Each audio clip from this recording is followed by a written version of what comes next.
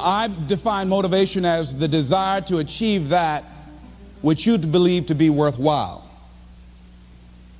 And many people go through life never getting in touch with their greatness because of the lack of motivation to push themselves, or because they have not found something that they believe to be worthwhile to challenge them. I heard a poem once that said, many a flower has bloomed unceasingly and wasted sweetness upon the cold desert air. It's translated, that means simply that many a talented persons have gone unnoticed, and the world never had a chance to be exposed to their talent because that person did not take the time to begin to express or to demonstrate or to motivate themselves in the direction to bring that which they came into the universe to bring. How can you measure your motivation? How can you evaluate where you are on a scale of 1 to 10? Let's do this for ourselves mentally. How do you rate yourself from 1 to 10? Your mental attitude about yourself, how you feel about you, how you feel about life. How do you rate yourself on a scale of 1 to 10 in terms of your physical appearance, in terms of your health? Do you take care of yourself? Are you allowing yourself to get overweight and out of shape? Are you conscious of your health? Are you watching the food that you take into your body? Do you make a deliberate effort to exercise? You know, it was George Burns. He said, we cannot help getting older, but we don't have to get old. And many of us get old before our time because we don't take time to take care of ourselves. Your environment is a very good indicator. On a scale of 1 to 10, is it what you want it to be? Do you find it desirable? Are you satisfied? The job or career that you're involved in. Someone said that 85% of the American public are unhappy with their jobs. Are you spending 8 hours a day just doing time? Doing something that you don't find challenging, that does not make you stretch mentally, that does not stimulate you, that does not inspire you. Something that you don't find a sense of fulfillment in it. If you're doing that day in and day out, it has to affect how you feel about yourself, your level of motivation. Your relationships. What kind of impact is it having on your life? Is it nourishing or is it a toxic relationship? Does it drain you or does it build you up? Ask yourself that. How motivated are you to do something about it? Your contribution, your actions. What are you giving? Many people will leave the universe without a trace. No one will know they were here. And in fact, under their name, we could put under there, not used up. Will anybody know that you came this way? What contribution are you giving? What will you leave? What will be different because you came this way? Someone once said that life is our gift to us that God has given us, and how we live our lives is our gift to God. What kind of gift are you formulating? Is this a gift that you like to take back and do something else before you turn it in? Think about that. What can we do? What are some of the keys that we can begin to use to motivate ourselves when our batteries run low? Because I don't care who you are, I don't care what you do, at some time you are going to get tired. At some time you're going to get in a rut. Seem like nothing you do works out right. And sometimes it just seems like you just don't have the wherewithal or the will to do anything. That sometimes you act like you're punch drunk. You're just wading through life, just doing time day in and day out, looking at non-discriminatory television, anything that's on, just looking. And depressed, feeling powerless, feeling useless, and bored. What do you do? How do you get yourself out of a rut? How do you, when you know you can do more than what you've been doing and you're not doing it and you're discontent with where you are, you get angry at yourself. How do you get out of that rut? How do you motivate yourself? One of the things that we must do is that we must be involved in working on achieving self-mastery. You must work on yourself continuously. Never be satisfied with yourself. Always know that as you invest the effort and time on you, that's the greatest ability that human beings have above animals. See, a dog can't be anything but a dog. Tree can't be anything but a tree. Human being, you've got unlimited potential. You can put effort on you, and by concentrating on you and developing you, you can transform your life wherever you are right now. So you want to work on yourself. You want to read books that inspire you and motivate you. You want to listen to tapes over and over and over again. And I suggest that you listen to tapes when you first get up in the morning. You want to control the spirit of your day. When you first wake up in the morning, your mind is operating at 10.5 wave cycles per second. That's when the subconscious mind is most impressionable. Whatever you hear in the first 20 minutes when you wake up, that will affect the spirit of your day. When you listen to tapes, listen with relaxed belief, believing that this can happen for you. And by listening to them, listen to them over and over and over again, and you will get a breakthrough. You can listen to the same tape for months, and all of a sudden you hear something you never heard before. It have a special meaning for you. Or read the same book over again, and you find some special insight. You said, I can't believe I didn't see that the first time. So you want to be involved in developing yourself. Most people won't do that. Most people won't take that kind of effort and invest that kind of energy in themselves, because they will fall prey to that conversation within. Oh, don't do that. You don't have time. You're too busy. You're too caught up in the rat race. Most people won't do that. Well, they won't take time to go to lectures. They won't take time to go to seminars. They won't take time to go to classes to improve themselves. And as you continue to work on yourself, you will begin to expand your vision of yourself. You'll begin to work towards self-mastery. And you will begin to see it reflect itself in all the dimensions of your life: your mental life, your physical life, your social life, in your relationships, your monetary life. So concentrate on developing yourself. Because if you don't, I guarantee you that you will make a settlement. And most people have. And most of us already have. What kind of settlement have you made with your life? You know, when we make settlements, out of court settlements, you've heard them. That means that you decided to take something less than what you originally wanted to get had you gone into court. And the reason that you settled outside of court is because you didn't believe that you can get it. So you made an out-of-court settlement. Many of us are making in-life settlement. We're settling for less than what we actually deserve. We don't feel good about it, but we make it work in our minds. We'll come up with some kind of excuse to make it all right. What kind of settlement have you made with your life?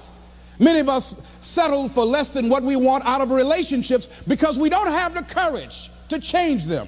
I had a seminar I used to do called "Are You Living Together or Dying Together?" Many people are just dying together. Gladys Knight used to have a song that says, "Neither one of us want to be the first to say goodbye."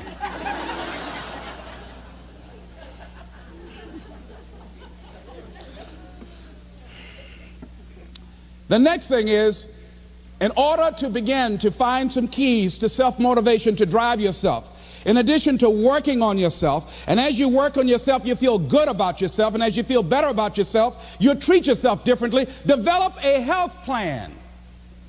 See, you can't feel well and do well if you don't have good health. You can't perform if you don't have your health. Your health is valuable. Develop a health plan. A plan that you will follow, because this is the only vehicle that you have to carry you through this experience called life. And you want to take good care of it because you love you enough. You care enough about you. And that's not easy. It is not easy having a health plan and sticking to it. But you're worth it doing it again and again and again. I have lost 22 pounds several times. I always do it. I love potato chips. People who know me know I love M&M peanuts. I love peanut butter and jelly sandwiches. I love my mother's sweet potato pie. I love this. It's not always on my health plan, but I put it on there sometimes. I said life is too short to go without sweet potato pie. If I go tonight, I want you to slip a slice of sweet potato pie in my casket. And watch the smile on my face. Next thing is, as you take care of yourself, the next key is keys to motivation, to self-motivation. You want to live life with energy and passion. You want to make a conscious effort to be lively. See, in life, you either saying hello or goodbye. You either on the way or in the way. Leave dead people alone. Some folks just walking around looking sad. How you doing, honey?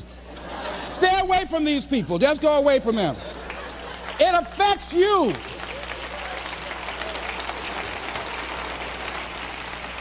You want to smile. You want to be happy. You got a lot to be thankful for.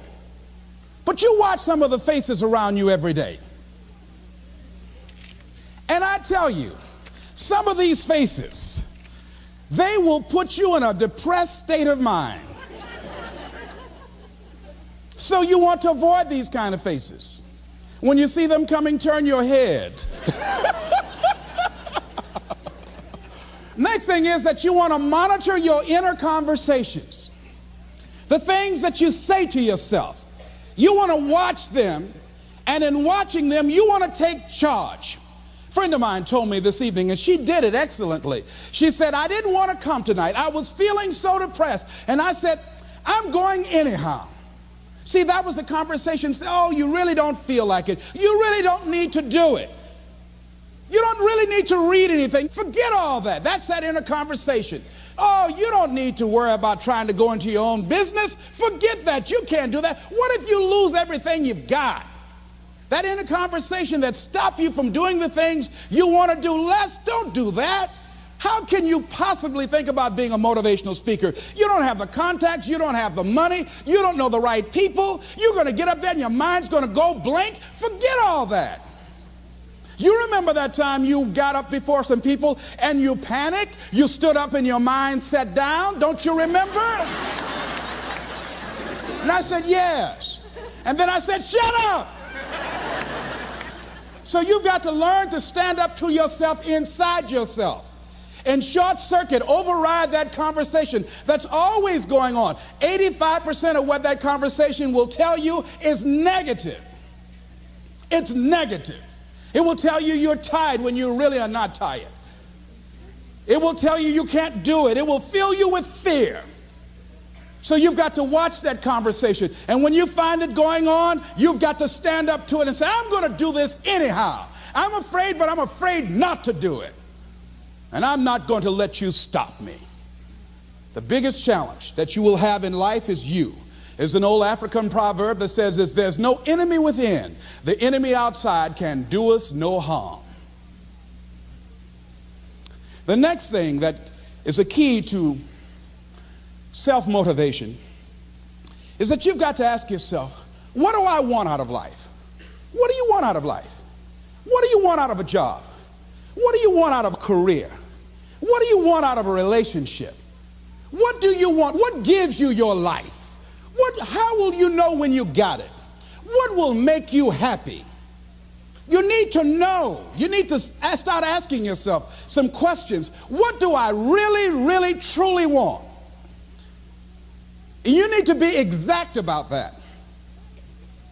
Don't be vague. Oh, I just want to be happy. That's too vague.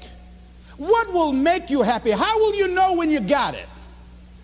Zero in on it. Be exact. Be specific. And as you do that, that will stimulate that superconscious mind or the reticular activating system of your mind that will begin to find those things, to identify with it. And once you begin to determine that which you want, take the time to write it down. Don't just think about it. Write it down. That is a subjective process that engages the subconscious mind. Write it down. Once you write it down, read it 3 times a day, morning, noon, and night. Why is that important? Because what it will do, it will cause you to focus. It will cause you to concentrate. When that other conversation is going on telling you what you cannot do, telling you all of the impossibilities and all of the obstacles, your concentrating will begin to create a larger vision within yourself, and you'll start looking for and seeing some new opportunities. You start creating some openings for yourself. As you begin to read that every day, day in and day out, that will make you focus. That will discipline your thinking.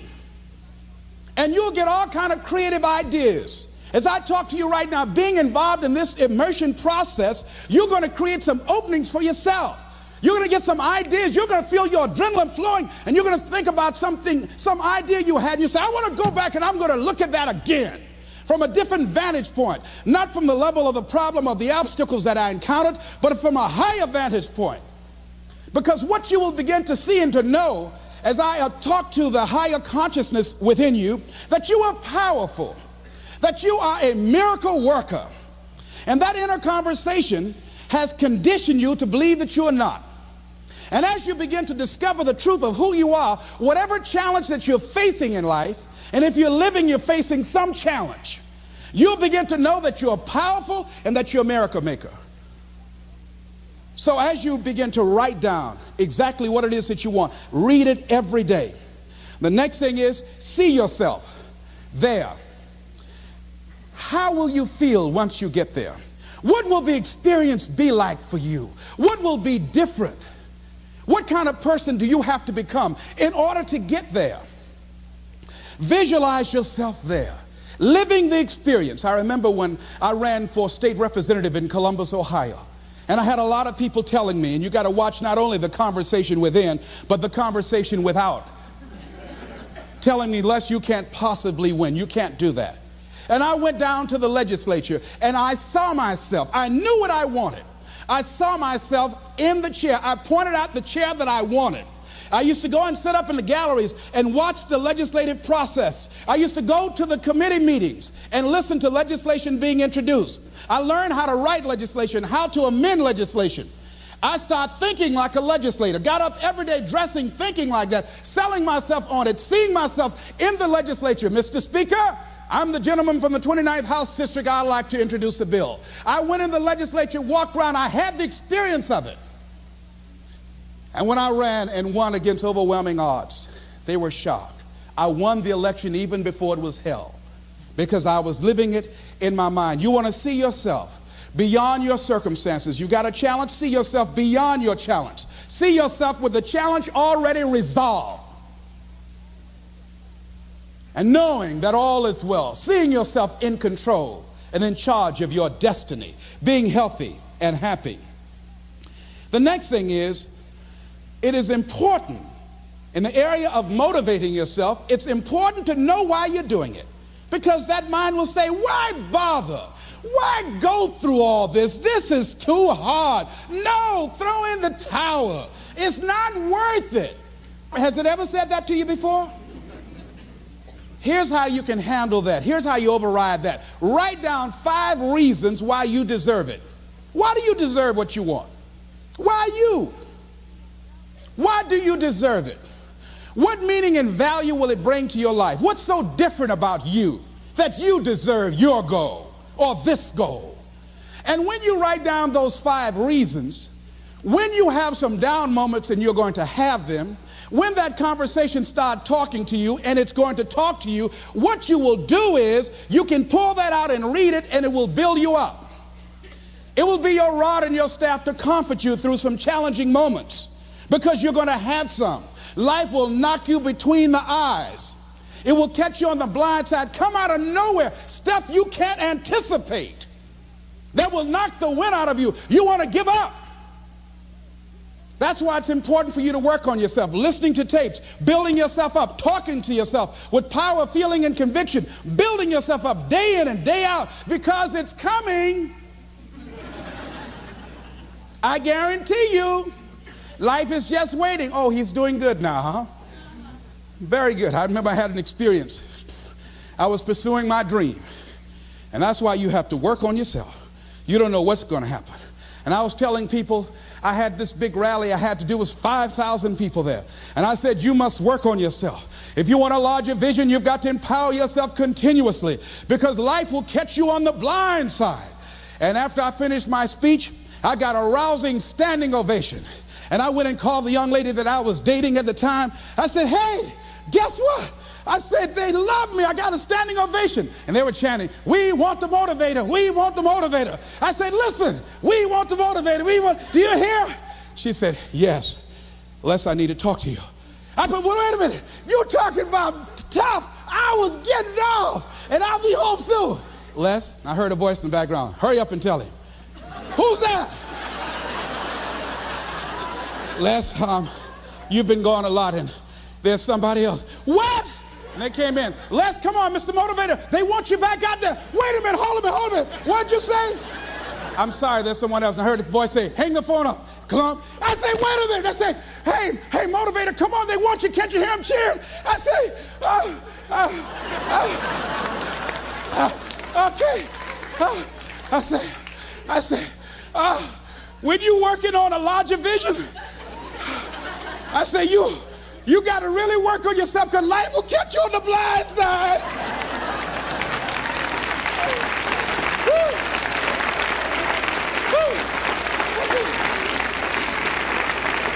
I say, you better be ready. And you better make sure you want it because it'll make you cry. And somebody said, the Spirit is on him. Thank you. I was talking till they started blinking the lights. They had to come pull me off. And I said, you got to have a larger vision. You make sure, wait a minute, you make sure you work on yourself. They said, come on, Mr. Brown, come on. Yeah. I went back to my hotel room, and loneliness and heartbreak was sitting on the bed, said, are you coming in now? Do you have your larger vision now? How's your positive attitude? Say, get on in here. Are you still breathing? Shut up. No, you want your gold? No, I don't want this gold now. Life will wear you out. You'll be saying, no, I can't, and no, I won't. You try to read it, can't see nothing through the tears. I went plundering through the drawers in this hotel trying to find a Gideon Bible, anything, you know. I said, somebody, anybody help me. Yahweh, Yahoo, anybody. Boy, I tell you, that's why you got to work on yourself. Because life will send you some curves you cannot anticipate. The next thing is that whatever you do, you want to develop technical mastery. You want to be the best at what you do. You want to master it. See, part of self-motivation is you've got to find something that gives you a strong sense of competence. Well, you become known for that. You develop a reputation of being good at doing that. You set some high personal standards for yourself. You're not competing with anybody else. You're just unfolding yourself to be the best person that you could be. That you want to give the best quality service that you can give, because that is a statement about who you are. The other thing that's the key to self-motivation is recognize the fact that you're going to get into some slumps. Recognize the fact that you're going to encounter a great deal of failure in life. It goes with the territory. But in the face of that, you want to be relentless. When you want something, you don't expect everybody to say, oh, come on in. Oh, you want this? Oh, great. We want to give this to you. You're such a nice person. You're doing it for your family, aren't you? Great. No, life isn't like that. No, many doors will be closed in your face. Many loans that you will want. And they'll say, no, you don't have enough collateral. You don't have enough credit.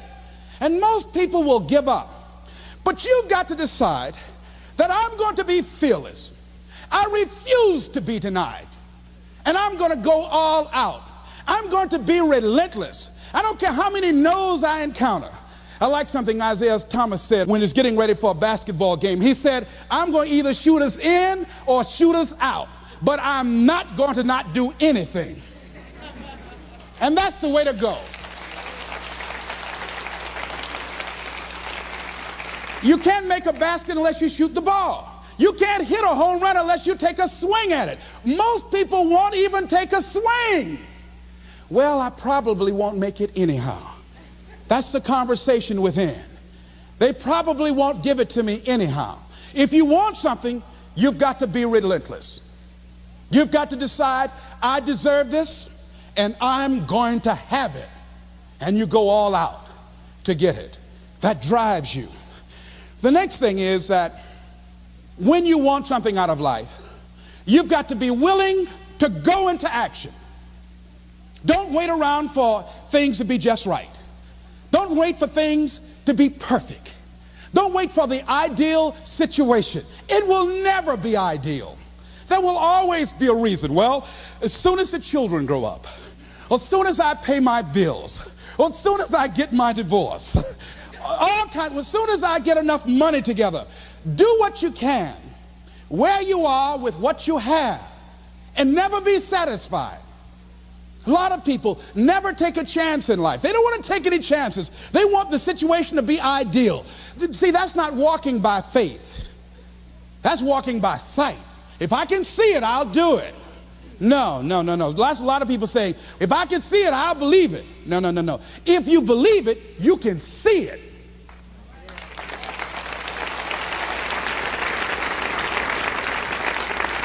And don't be disturbed because no one else can see it. That's not unusual. That is ordinary.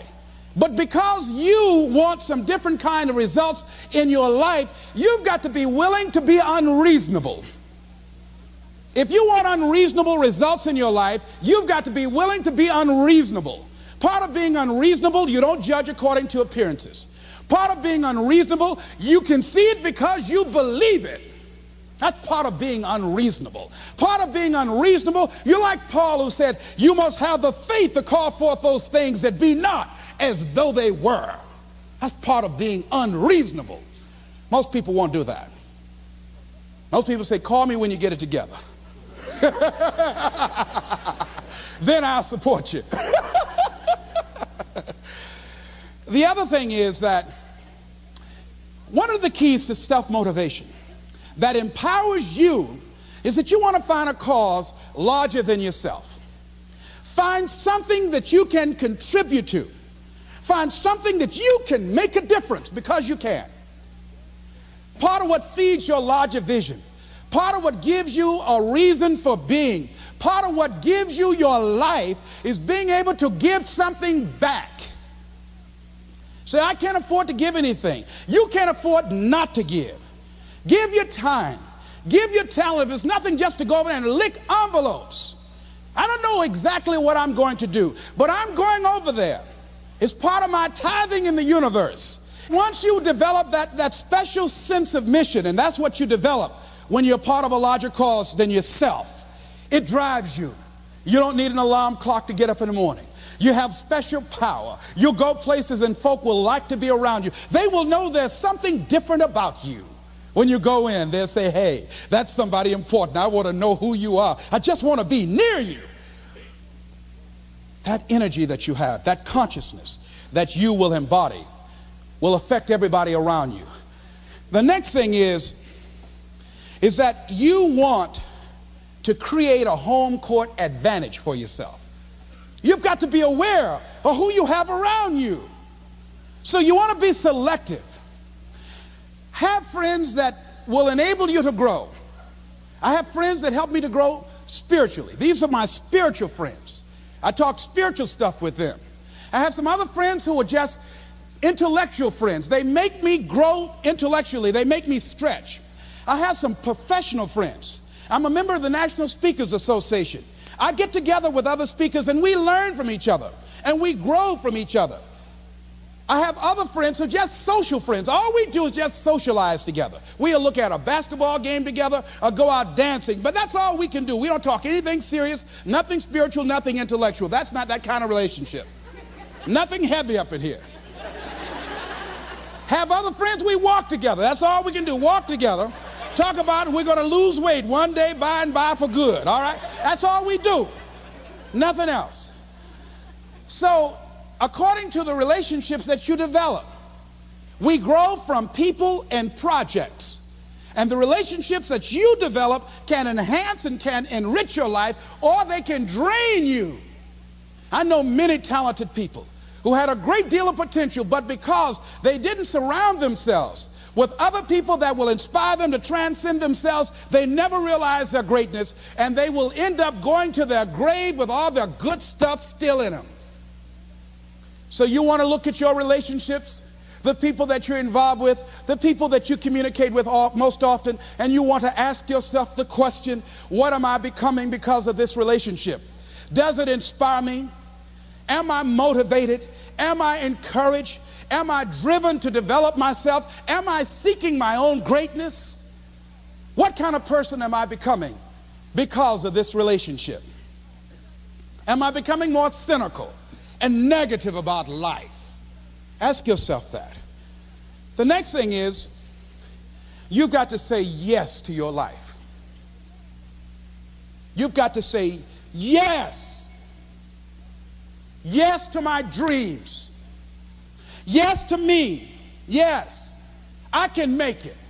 Yes, I can. Doesn't matter how many failures I've made. Doesn't matter how many mistakes I've endured.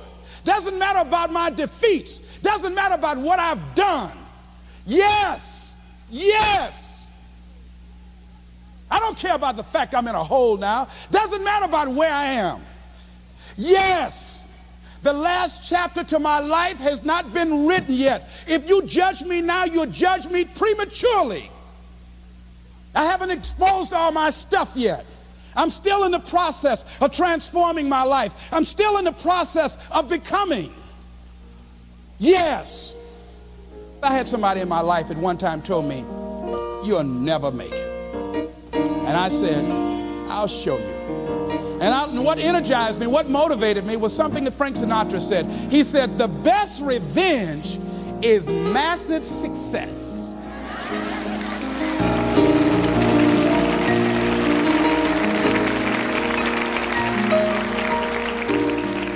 I'll show you. You just watch my smoke, as old folks used to say. So say yes. Stand up for your dreams. Stand up for what you want in your life. Decide that your life is so meaningful to you, that you love you and you love life so much that you're going to stand up for something you want. I used to have a saying when I was on the radio, stand up for what you believe in, because you can fall for anything.